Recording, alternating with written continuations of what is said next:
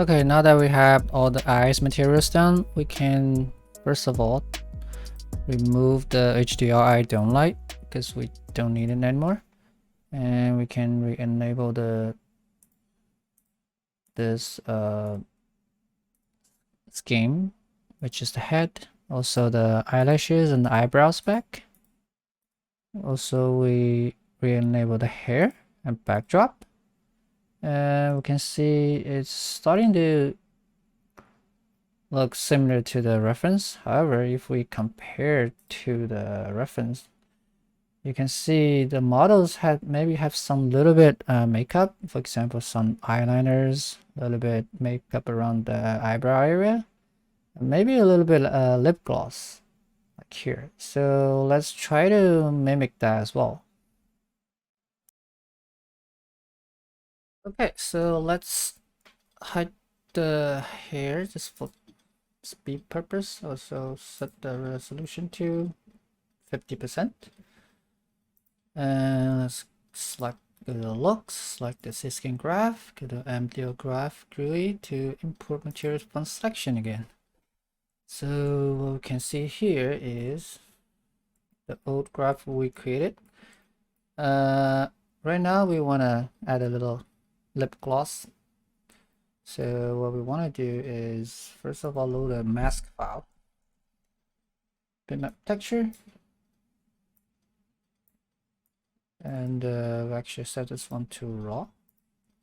Then we load the texture in the source images and ID masks. Number 2 mask that's provided from texture XYZ. And you can see is that basically the red part representing the around the area, the eye area, and the green part is basically around the lips there. So we want to use the green color as a mask to give the coat material a little more weight around this lip area. So what we want to do here is first of all search lerp, lerp float. Basically we want to blend between two colors, and we're using the green color as the blend weight. So we want to blend between 0.2 and 1. So what it means is basically that if it's this green area, we want to use the coat weight of 1 instead of 0.2 by default. So we connect this one to the coat weight. Also, we actually want another lerp that want to blend between 1.5 and 1.8. Basically, that's we want to blend this green color. So if it's in the lips area, we actually want to have a higher index of refraction. So we set this output to the IOR. So you should have, you see this definitely has like more reflection now. And to demonstrate the makeup capacitor more, let's do create another file texture. And we created our own mask, like map around this eyeliner area. So if we load this one called the makeup color eyeliner, CC. So you basically see these two red and green color to represent this upper and lower eyeliner. So what we can do is basically search a max float. We want to use the maximum value of these two masks to have a, basically we combine this mask into one.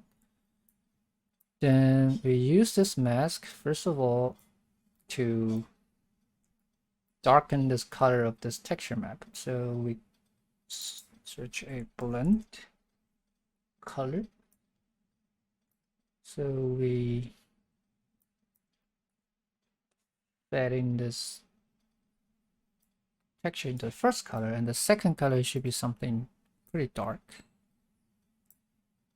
And now the blend amount is actually this eyeliner masks. So basically what it means, like we want this eyeliner area has much darker albedo color. So let's connect this to the color section. Also, the thing is like, because you know the subsurface scattering calculation, so we also want to darken the subsurface weight for the colors to go darker as well. So let's do another NURB float. The first value should be 1. The second value should be something 0.2, meaning if it's not this eyeliner area, we want to use fully subsurface scattering component. But if it is, we want to use more diffuse calculation and less subsurface scattering. We connect this one into the weight of the subsurface. So we should be able to expect that this eyeliner area gets darker. But let's see. Hopefully the math checks out. Oh, by the way,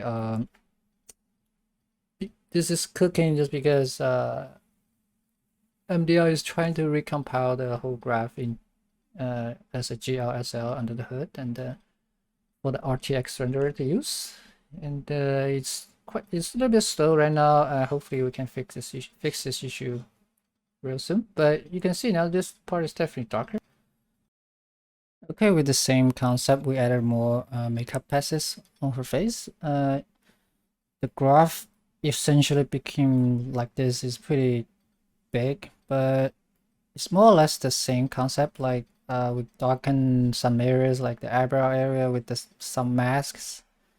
Also, you can see some areas specularity gets trimmed down a little bit, and also with different kind of mask as well. And you know, we showed you the eyeliners, a little bit eye gloss, a little bit darken is this area.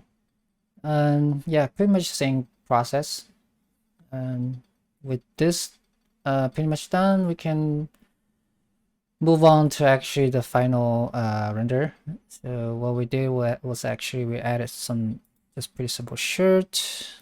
We add back the hair, and we add a little bit fur for the shirt. It's really subtle, just to add a little bit of imperfection of the shirt. We probably not even notice it, but it's there. And also we added some fog volume and to add a little bit depth around her face area. We actually have another tutorial from our colleagues at NVIDIA about how to render density fog in Omniverse. You can easily find it on our website, but that's basically how I did at this another fog volume here. And yeah, with that, everything's pretty much set, and we are ready to go to the final render setting and the post-processing settings. So first of all, let's go to the render settings. We scroll down to path tracing, and we want to make sure the total sample per pixel is going to be 2048. Also, we make sure the fire filtering become like 20,000. And then we go to post-processing. First of all, we go to color correction. All we did is basically just desaturate it to 0, because the reference image is actually black and white. And we go to color grading, check it. All we did was erase the black point a little bit, so basically it has a little bit of contrasty around the shadow area. And then go to chromatic aberration, enable it with just tiny little bit color, the values. And what it really does, just add a little bit distortion to the image.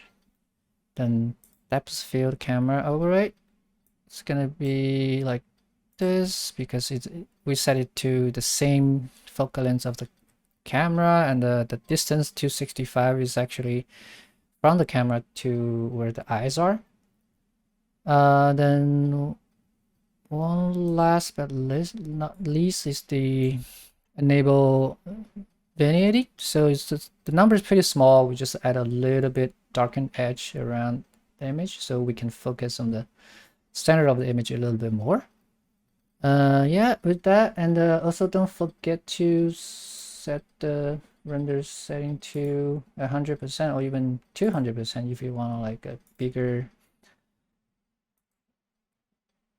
size of render resolution. Maybe you want to print it out or something. This is pretty good